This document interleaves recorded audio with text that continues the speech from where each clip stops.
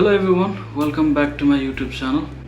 So तपाईहरुलाई मेरो च्यानलमा फेरि स्वागत छ र आज भनेको चाहिँ त्यस्तो स्पेशल खासै केही छैन तर मसँग अनबक्सिङ गर्नको लागि केही कुराहरु छ। सो अनबक्सिङ भिडियो बनाऊँ न त भनेर लागिरहेको छु। नेपालमा हुँदादेखिकै चाहना थियो हैन, अब स्निकरहरु अनबक्सिङ गर्ने भनौं न काइन्ड अफ अहिले नै चाहिँ अब पोसिबल छैन तर बिस्तारै आई थिंक अब कलेक्सन नै बनाउने एउटा सोच चाहिँ छ, प्लान चाहिँ छ। सो मेरो चाहना पहिलादेखिकै थियो र अनि अब नेपालमा हुँदा खासै त्यो सम्भव पनि भएन। अब चाहिँ बिस्तारै ती कुराहरु हुन्छन् होला होपफुली। सो मसँग एक दुईवटा सुजहरु छ अनबक्सिङ गर्नको लागि अनि केही कुराहरु छ मैले अनबक्सिङ गरेको छैन। आई थिंक मैले भिडियो बनाऊँ न त भनेर अहिलेसम्म मैले त्यो कुराहरु लगाएको छैन। सो मसँग केही सुजहरु छ अनि सुजको लागि सुज राख्नको लागि सु बक्सहरु पनि मैले मगाएको थिएँ, अर्डर गरेको थिएँ। त्यो अस्ति आइसकेको थियो तर मैले खोलेको चाहिँ छैन अहिलेसम्म, किनभने भिडियो बनाऊँ भनेर वेट गरिरहेको थिएँ मैले। सो मेरो अब दिनभरि आई थिंक अझै केही समय मेरो दिनभरि केही काम हुँदैन अनि भिडियो बनाऊँ न त भनेर अहिले लागिरहेको छु। सो मसँग केही कुराहरु छ, केही कुराहरु भन्दा पनि केही सुजहरु छ। स्पेशली यङ जेनेरेसनको बीचमा चाहिँ अलिकति क्रेज पनि छ क्या अहिलेको समयमा। सो सबैलाई everybody wants to have Air Jordan kind of भनौं अनि त्यस्तो कुराहरु मसँग भएकोले भिडियो बनाऊँ न त भनेर हो। सो फर्स्टमा यो सुज कतिजनाले मेरो फोटोहरुमा देखिसक्नु भएको होला, मेरो फेसबुकतिर देखिसक्नु भएको होला। This is Nike air Jordan legacy something के छ आई डोन्ट नो, मैले बिर्सेछु कि। मलाई स्निकरहरुको बारेमा सुजहरुको बारेमा त्यति धेरै नलेज चाहिँ छैन तर पनि I wanted to have sneakers. मैले चाहिँ यो नाइकी एपबाट अर्डर गरेको हो। यो सुजहरु चाहिँ म नेपालमै हुँदाखेरि अर्डर गरेको, नेपालमै हुँदा किनिसकेको। अनि यो चाहिँ मैले नेपालमा मेरो वाइफलाई लिएर आउन लगाएको थिएँ, किनभने युएस आउँदाखेरि चाहिँ यही लगाएर जान्छु भन्ने थियो क्या मेरो सोच चाहिँ, मेरो प्लान त्यस्तो थियो। अनि यो चाहिँ मैले त्यही भएर मैले नेपालमा मगाएँ। अनि अर्को चाहिँ मैले मगाइनँ क्या, अब किनभने युएस आउने हो अनि अब उता चाहिँ लगाउनु पनि पर्दैन, युएस आएपछि नै लगाउँला भनेर मैले त्यसरी एक जोर मात्रै मैले मगाएको थिएँ। अनि त्यसपछि यो सुजको बारेमा भन्नु पर्दाखेरि this is air Jordan legacy 312 लो। अनि मैले किन्दाखेरि चाहिँ यसको प्राइस $140 थियो, 140 USD। पछि अलिकति घटेको रहेछ क्या, रिग्रेट पनि भयो। अहिले चाहिँ $126 रहेछ। मैले चाहिँ यो $140 मा किनेको हो। ट्याक्स सहित गर्दा चाहिँ निकै महँगो पर्न गएको रहेछ। सो मैले यो अर्डर गर्दाखेरि चाहिँ यो र अनि अर्को मेरो वाइफको लागि भनेर अर्डर गरेको थिएँ तर यो मन परेन अरे अनि हामीले रिटर्न गरिदिएको यो खासमा। सो दुईटालाई गरेर अर्कोको $58 छ, दुईटालाई गरेर $195 चाहिँ हामीले पेमेन्ट गरेको रहेछौँ। आई डोन्ट नो नेपालमा त यो खासै पाउँदैन होला मेरो विचारमा। So this is air Jordan, comfortable नै छ र मलाई चाहिँ एकदमै मन परेको सुज हो यो। अनि यो मैले लगाइसकेँ, फोर पनि भएको छ अलिअलि। ओके, सो एउटा यो भइहाल्यो। अनि अर्को सुज छ मसँग। सो अहिलेको सुज चाहिँ मैले लगाइसकेको भएर त्यो अनबक्सिङ पनि के भन्नु त्यसलाई, जस्ट सेयर मात्रै गरेको। अनि यो चाहिँ नाइकी कोड लेगेसी। यो सुज चाहिँ मैले किनेको होइन, यो चाहिँ मेरो ब्रदर इन लले किनेको रहेछ। यसको साइज चाहिँ 10.5 छ अनि उसलाई चाहिँ यो ठुलो भएछ क्या खासमा। मेरो चाहिँ अलिकति खुट्टा ठुलो छ अनि अस्ति हामी एक्रोन जाँदाखेरि चाहिँ मैले यसो लगाएर हेरेँ, मलाई ठिक भएको जस्तो लाग्यो अनि त्यही भएर चाहिँ मलाई दिएको उसले। सो यो चाहिँ यस्तो छ।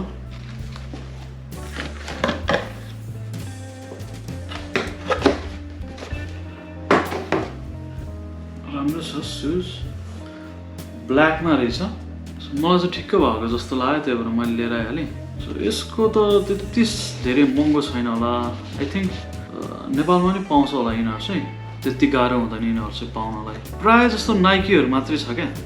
हुन त अब मैले भर्खरै अब सुजहरू कलेक्ट गर्न थालेको हो, पहिला खासै त्यस्तो थिएन। सो मेरो चाहना चाहिँ सुजहरू कलेक्ट गर्ने हो, कलेक्सन बनाएर राख्ने त्यस्तो इच्छा छ। अब लेट्स सी के हुन्छ, भविष्यमा केही भन्न सकिँदैन, आफ्नो सिचुएसनहरू हुन्छ होइन। तर मेरो चाहना भनेको चाहिँ कलेक्सन बनाएर राख्ने हो। इभन नाइकी मात्रै नभएर एडिडास अरू सुजहरू पनि इन फ्युचर कलेक्ट गरेर राख्ने चाहिँ चाहना छ मेरो। सो यो सेकेन्ड पेयर भइहाल्यो। अनि त्यसपछि अर्को छ स्पेसल। यो चाहिँ स्पेसल नै हो, किनभने यो सुज किन्दाखेरि हामीसँग पैसै थिएन। अनि मलाई थाहा चाहिँ थियो यो सुज लन्च हुनेवाला छ भनेर, तर अलिक पछि भइदियो हुन्थ्यो जस्तो मलाई भइरहेको थियो। म त्यति बेला नेपालमै थिएँ, अनि मेरो वाइफसँग पनि त्यति पैसा थिएन क्या खासमा। अब अनि आफूसँग भएको पैसाहरू चाहिँ अब नेपाल आउनको लागि ठिक्क बनाएर राखिरहेको थियो, फ्लाइट टिकटहरू लिनलाई। अनि अब नेपालमा खर्चहरू चाहिन्छ, त्यसको लागि अब ठिक्क पुग्ने हिसाबले राखिरहेको थियो। अनि ठ्याक्क नेपाल आउने बेलामा चाहिँ के भइदियो भन्दाखेरि यो सुज लन्च भइदियो। के गर्नु भइरहेको थियो। अनि त्यसपछि चाहिँ मैले चाहिँ अहिले नकिनौ, अब पछि किनौला नि त भनेर भनेको थिएँ। अनि मेरो वाइफले चाहिँ मैले पहिलादेखि नै अब यो सुज चाहिँ किन्ने चाहना भएको भएर, किन्ने इच्छा भएर, मलाई मन परेको भएर चाहिँ उसले पैसा नहुँदा पनि सो यो किन्दै थियो क्या। अब यहाँ चाहिँ अलिकति इजी चाहिँ के छ भने if you one by something हामीसँग अहिले पैसा हुनुपर्छ भन्ने छैन क्या। यहाँ चाहिँ सजिलो के छ भने हामीसँग पैसा नभए पनि अहिले किन्न सकिन्छ, अन्त बिस्तारै पे अफ गर्दै जान सकिन्छ। सो त्यसले गर्दाखेरि चाहिँ यो किन्न सकेको, नत्र किन्न सकिन्थेन। सो यो सुज चाहिँ Nike air Jordan 5 retro US 10 size हो। सो यो अनबक्सिङ गरौँ।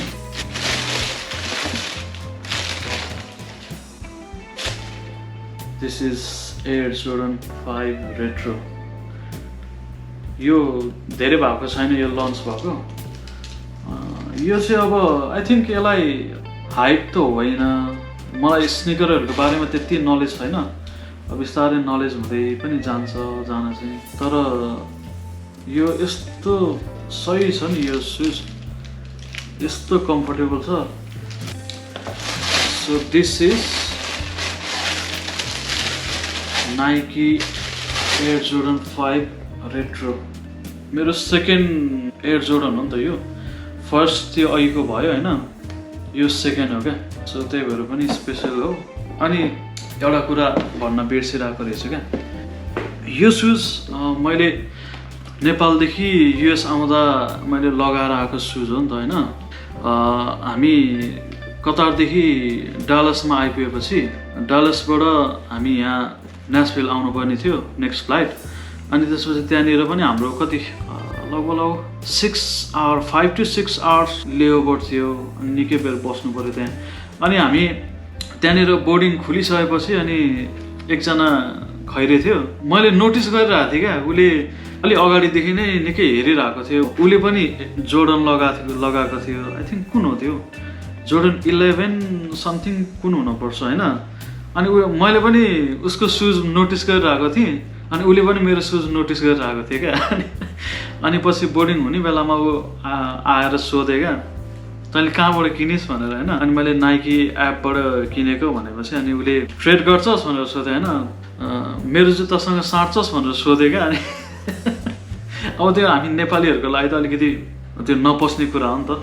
अब यहाँ चाहिँ अब यो स्निकरहरू सेकेन्ड ह्यान्ड किनबेच मजाले हुन्छ होइन। अब यसको क्रेज नै अर्को छ क्या यहाँ।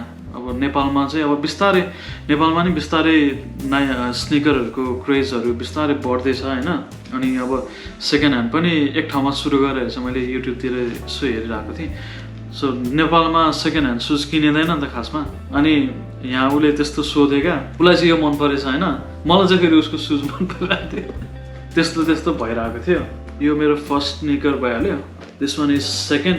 यसको चाहिँ लेदर नै सफ्ट छ क्या, लेदर क्वालिटी देखि लिएर सुजको क्वालिटी नै अझै राम्रो छ यसको। त्यो जोर्डनको भन्दा पनि यसको राम्रो छ, सफ्ट खालको लेदर छ अनि मोर कम्फर्टेबल। अभियसली अब राम्रो त हुने नै भइहाल्यो। अनि यसको चाहिँ प्राइस पनि अलिक महँगो छ, त्यसको कम्पेरिजनमा यो अलिक महँगो पनि छ क्या। खासमा यसको प्राइस $200 हो, तर ट्याक्स सहित गरेर $213 मा किनेको हो हामीले। सही छ सुज।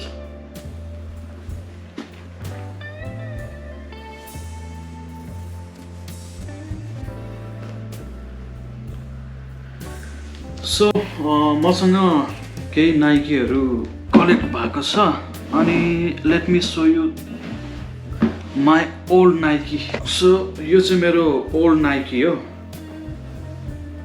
यो पनि मैले युएसदेखि नै मगाएको थिएँ। मैले यो चाहिँ नेपालमा हुँदा टन्नै लगाएँ। यो नाइकी DMSX समथिङ के हो, यो यहाँ छ DMSX। यो पुरानो पनि भइसकेको छ। अनि अर्को एउटा इन्ट्रेस्टिङ कुरा, यो भिडियो मेरो दिमागमै थिएन त्यो, तर याद आइहाल्यो। अलराइट गाइज, सो त्यो इन्ट्रेस्टिङ कुरा जुन अहिले मैले भनिरहेको थिएँ त्यो कुराहरू म डेफिनेटली सेयर गर्ने नै छु, तर यो भिडियोलाई ब्रेक गरेर, किनभने इट्स अलरेडी टु लङ, 12 मिनटको भन्दा धेरै भइसकेको छ। So long video is always boring. So त्यो इन्ट्रेस्टिङ कुरा चाहिँ नेक्स्ट भिडियोमा म सेयर गर्नेछु। What do you think about this video? यो भिडियोको बारेमा र अनि मेरो जति पनि भिडियोहरू मैले युट्युबमा अपलोड गरेको छु त्यो भिडियोहरूको बारेमा तपाईँहरूसँग केही सल्लाह, केही सुझाव, तपाईँहरूसँग केही सजेसनहरू छ भने, तपाईँहरूको ओपिनियनहरू छ भने तपाईँहरूले कमेन्ट बक्समा लेख्न सक्नुहुन्छ। तपाईँले मसँग सेयर गर्न सक्नुहुन्छ। मेरो च्यानललाई ग्रो गर्नको लागि तपाईँले सपोर्ट पनि गर्न सक्नुहुन्छ। सो त्यति भन्दै हेर्दै गर्नुहोला, सपोर्ट गर्दै गर्नुहोला। नेक्स्ट भिडियोमा हामी कन्टिन्यू गर्नेछौँ र त्यतिन्जेलसम्मको लागि you guys have fun, take care of you, bye bye, see you.